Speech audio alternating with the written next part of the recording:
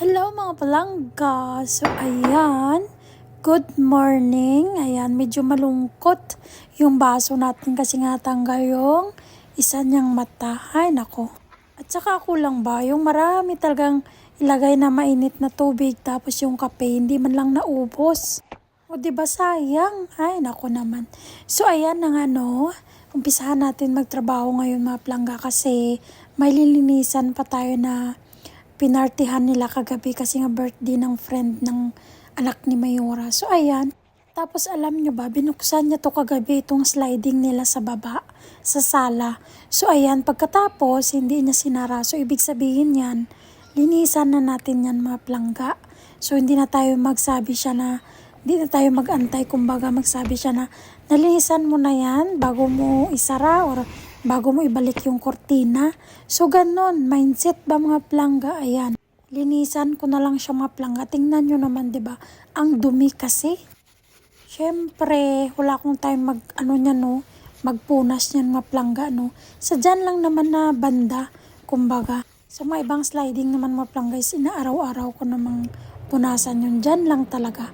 Tapos, hindi pa ako nakatapos maglinis. Nagpa-message na siya, mag-breakfast na daw, oh. Diba? So, dahil nagmamadali tayo, malalang transition na lang mga plangga, no? So, ito yung kanyang pagkain. Nakisabay na din yung anak niyang babae. Nagpagawa lang siya ng sandwich. Tapos, yung kanya ganon pa rin mga plangga, gulay. Tapos, yung sandwich na may gulay din. Yung falafel ba na tawag dito, ayun. Tapos, ito naman next tayo dito, itong prutas. Kayo lang ba? Dito kasi sa bahay namin, pag halimbawa, nagbigay ng prutas, tapos hindi mo dinala doon sa taas nila, ay nako, kala naman nila kinain na. So ayan na nga no, gawa na natin ito. Kahit hindi pa ako nakatapos maglinis, gawin ko na muna ito. Hinugasan ko na yung strawberry, tsaka yung grapes, tsaka dali na doon sa taas. So ayun na nga, tapos na tayo doon sa loob. Dito naman tayo sa labas mga plangga, o diba? Ang kalat, ay nako naman. Nagpintura kasi sila kagabi mga plangga. Tapos yung balloon nila, 4 lang na piraso, di ba? Sana all. Rich nga sila dito mga plangga, pero hindi ko ba alam kung sinasadya nila or nanginsulto lang sila. Parang ganun ba mga plangga? Mag-birthday sila, maliit na cake, ilang pirasong balloon. Samantalang sa Pilipinas, di ba, kahit hirap ka, mangutang ka talaga para lang talaga may handa ka.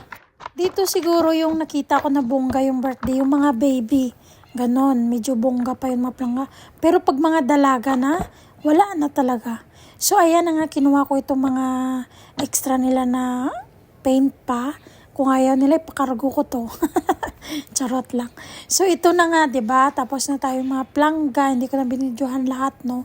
Siyempre nagmamadali ako kasi nga may gagawin pa tayong iba.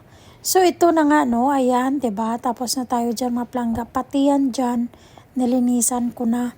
Nilinisan ko naman araw-araw yan, pero nung nakarang araw kasi malala yung alikabok mga plangga. Ay nako naman. So ayan no, 'di ba? Binalik ko na yung cortina kasi check ulit yan ni Mayora mga plangga. Hindi naman niya yan ipakita sa akin na tiningnan niya yan, pero sigurado yan. Ay nako. Tapos ito na nga, binigay niya sa akin yung cake kagabi. O diba, sabi niya kainin mo, sabi ni anak ni Mayora. So ayan, mamaya anuhin natin yan, tirahin natin yan. So nagsaing na din ako mga plangga, no? Kasi nga siyempre nagutom na nga ako, pero siyempre unahin natin saing. Tapos magluto tayo ng ulam. Yung ulam ko pala ngayon mga plangga is yung atay ng manok. Atay ba yan ng manok or ano? Basta tingnan nyo na lang mga plangga. Ginisa ko lang yun sa kamatis at saka sibuyas. Hindi naman yun siya batikalan, di ba? Hindi, di ba? Parang atay siya na maliliit. Pati yung amo kong lalaki, hindi niya alam. Sabi niya, ano daw yan? Ay, nako. Kumakain lang ng manok. Hindi alam kung anong mga party pa ng manok. Party ng katawan ng manok, di ba? Pati ako din, hindi ko rin alam kung anong tawag yan. Pero inano ko siya mga plangga ha. Biniyak ko siya. O, hindi yan madumi sa loob mga plangga, parang dugo lang din. So yan, hindi ko na hiniwa sa gitna. So ganyan lang siya. Pero masarap siya mga plangga. Oo. Mas okay pa to kaysa sa atay ng manok ba talaga mga plangga. Tapos ayan lang, no, ginisa ko lang yung sibuyas, kamatis. Tapos nilagyan ko ng yung garlic powder. Tapos turmeric, paminta. Tapos yung sili at saka yung tuyo na yan mga plangga is yan. Sauce yan ng Indomie dito. So ayaw naman ng anak ni Mayura kaya ayan. Ayan yung sauce natin. Tapos nagyan ko pala ito siya ng patatas at saka carrots. So ayan. Syempre para hindi puro yung atay ng manok yung kainin natin. Mas okay naman may carrots. Masarap nga siguro pag pineapple, di ba? Manamis-namis. So dahil wala naman tayo noon, so kung anong meron yun na lang, di ba? So ayan, pinaluto ko lang yung ating carrots at saka yung patatas, o di ba? Pero kuntiin na natin yung nata yung sabaw niya ba. Mas okay yung medyo matuyo kunti, ganon. Kasi hindi naman to sinabawan, o di ba? Ang yummy mga plangga, napakasarap, nakakagutom. Yung tawag ata dito, sarsyado, di ba? Pag yung kunting sabaw lang, sarsyado agad. Oh, bala na kayo kung anong tawag dyan. Basta, makakain na ako ng tanghalian na masarap yung ulam. O, ayan na, di ba? Ready na yung kanin ko. Tapos, ayan, syempre hindi natin tipirin yung sarili natin sa ulam. Ito nga yung sinasabi nila na mas marami daw yung ulam kaysa kanin. Pero, hindi ko kaya yun. Mas okay sa akin. Mas marami pa rin yung kanin kaysa sa ulam. So, yan. Kain na tayo mga plangga. Diba? Kakain muna tayo. Hindi pa naman tapos yung trabaho natin. Pero, kakain muna tayo. Siyempre, importante yung hindi tayo magutuman, no? So, fast forward. O, diba? Ubos mga plangga, ha? O, pati si Binap wala. Simot ba? It means, isa lang ibig sabihin yan. Busog ako mga plangga. So, ayan, pagkatapos kumain, diretso na naman tayo dito. Mag-prepare tayo kasi nga may station ako ngayon. So, 2 station ko ngayon mga plangga.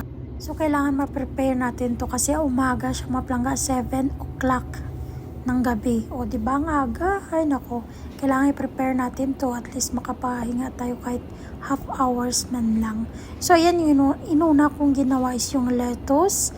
Tapos yung sili na green tsaka dilaw. Sa ating cheese yun mga plangga. Tapos falafel. O, diba? Ready na yun siya. Ito naman yung salad natin.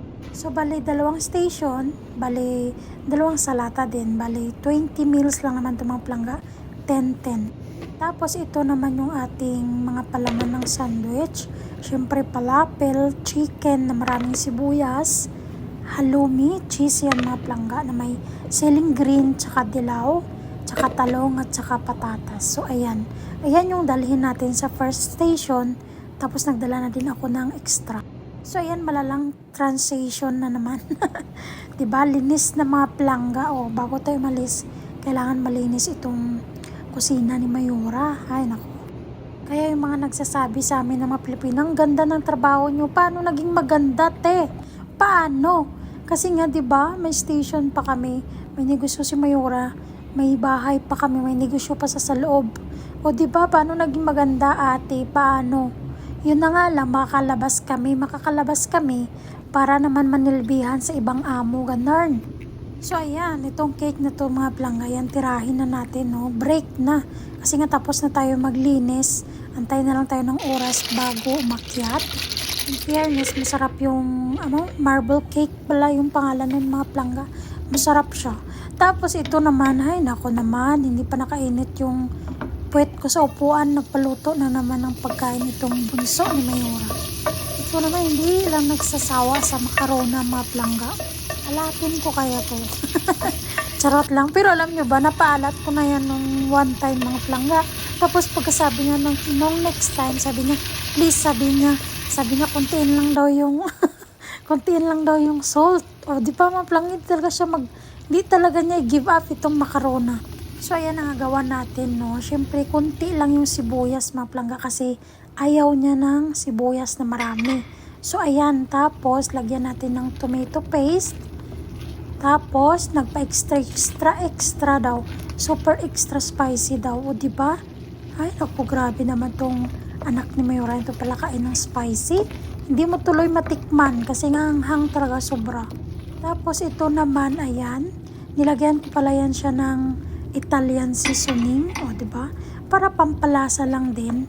So ayan, pagkatapos na makumulo lang siya, lagay na natin yung macarona. May chicken strips na pinirito pa sana ito mga plangge, kaso lang sabi niya wag na lang daw. So ayan, ito lang.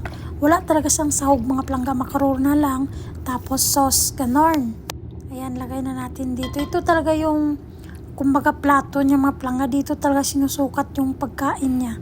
Kailangan puno yan siya. Pero minsan di niya rin maubos. So ayan, fast forward ulit. Dito na kami sa daan mga plangga. Pupunta na kami ng station. So, ang sabi ni Mayura, na-cancel or hindi naman na-cancel. Nag-change day daw or nagpalit ng araw yung isang nag-order ng 9:30. So, hindi daw ngayong araw. So, ayan, isa lang yung station ko. Thank you Lord naman, 'di ba? 7 lang, 7 to 9 lang yung station ko or 7 to 10. O 'di ba? Isa lang yung puntahan natin. Mas okay yun mga plangge, hindi tayo mapagod. Ay nako naman, salamat naman at nagbago yung yung desisyon ng customer. So ayan, fast forward dito na ako mga plangga. So istiraha pala to. Ayan, diyan ko na lang yung pinesto yung yung retela. So ayan, muwi na din ako mga plangga, nagbili na rin ako ng pagkain. So yun lang.